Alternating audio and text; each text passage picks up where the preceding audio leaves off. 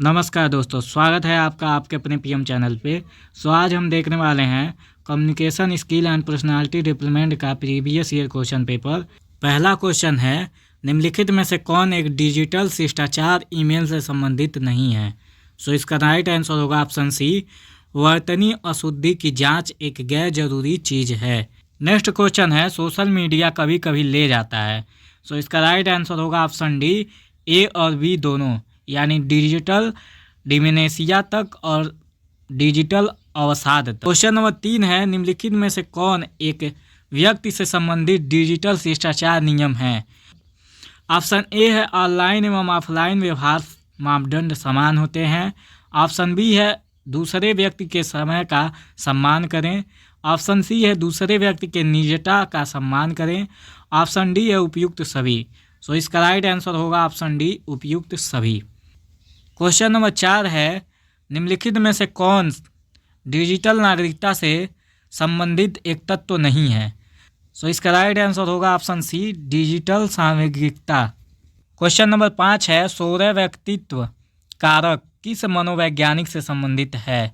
इसका right answer होगा option A, Raymond cattail से संबंधित है। क्वेश्चन नंबर 6 है, लोग जो मिलनसार, मित्रवत एवं सामाजिक होते हैं उनकी प्रकृति होती है। इसका राइट आंसर होगा ऑप्शन बी, बहिर्मुखी किया। क्वेश्चन नंबर 7 है, शरीर रचना के अनुसार विलियम शेल्डन ने लोगों को 3 प्रकार में विभाजित किया। निम्नलिखित में से कौन एक उन 3 निम्न में से नहीं है। इसका राइट आंसर होगा ऑप्शन डी, हैक्जोमॉर्फ। क्वेश्चन नंबर 8 है, निम्नलिखित में से कौन एक व्यक्तित्व का निर्धारक नहीं है। इसका राइट आंसर होगा ऑप्शन सी, आध्यात्मिक कारण। मतलब आध्यात्मिक कारण ये नहीं निर्धारित कर सकता है कि आपका व्यक्तित्व कैसा है। क्वेश्चन नंबर 9 है, व्यक्तित्व यानी पर्सनालिटी शब्द की उत्पत्ति हुई है। इसका राइट आंसर होगा ऑप्शन बी, लैटिन शब्द परसोना से। ठीक है, इसका राइट आंसर होगा ऑप्शन बी, लैटिन शब्द परसोना से। क्वेश्चन नंबर 10 है, निम्नलिखित में से कौन संप्रेषण का एक प्रकार है। पहले संप्रेषण का अर्थ समझ लीजिए।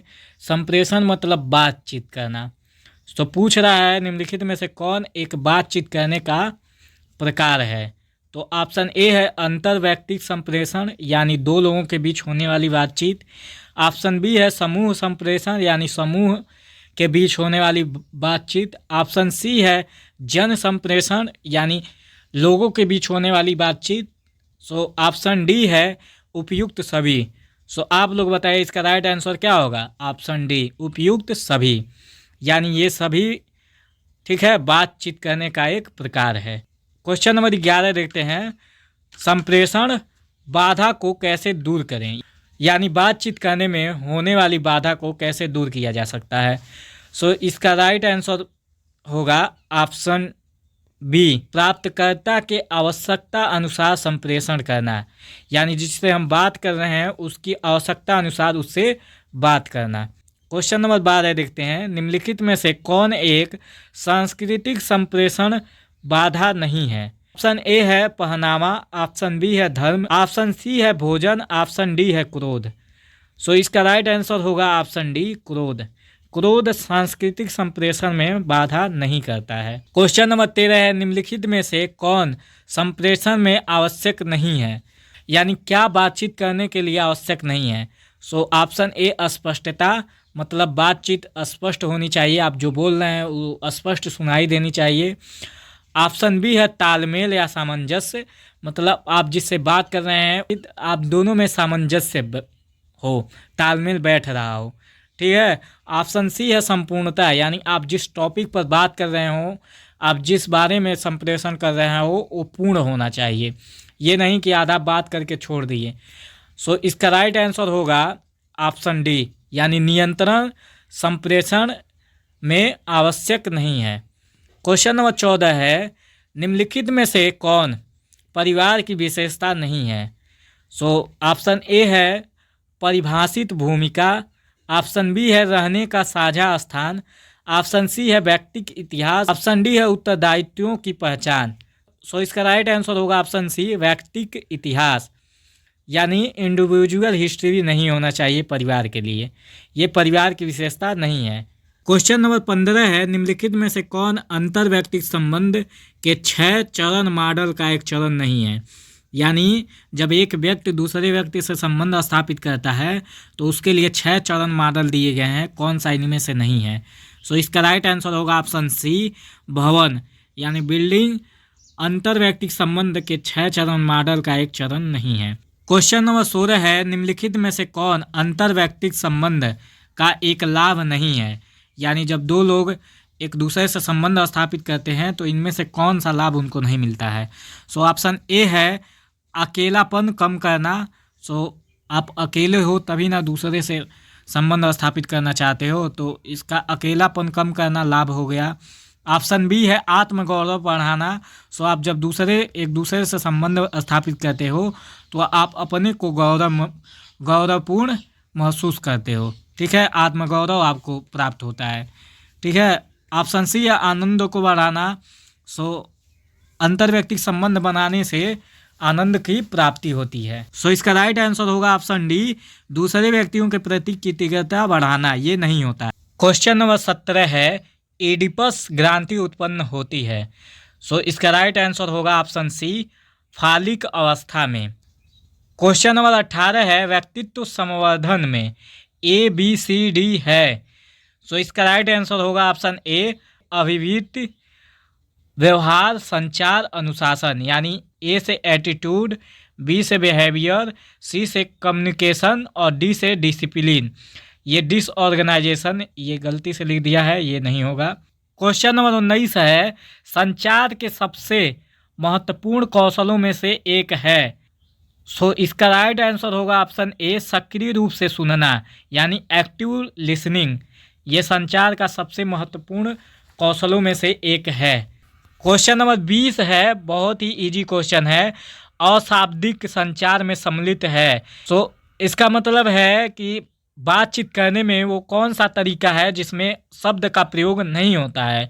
सो इसका राइट आंसर क्या होगा, इसका राइट आंसर होगा ऑप्शन डी, हाथ मिलाना। जब आप हाथ मिलाकर संचार करते हैं तो उसमें शब्द का प्रयोग नहीं होता है। क्वेश्चन नंबर 21 है, डिजिटल फुटप्रिंट क्या है। सो इसका राइट आंसर होगा ऑप्शन बी, प्रत्येक व्यक्ति द्वारा ऑनलाइन कार्य के पश्चात छोड़े डिजिटल अवशेष।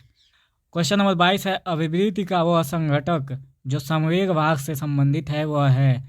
सो इसका राइट आंसर होगा ऑप्शन ए, संवेगात्मक।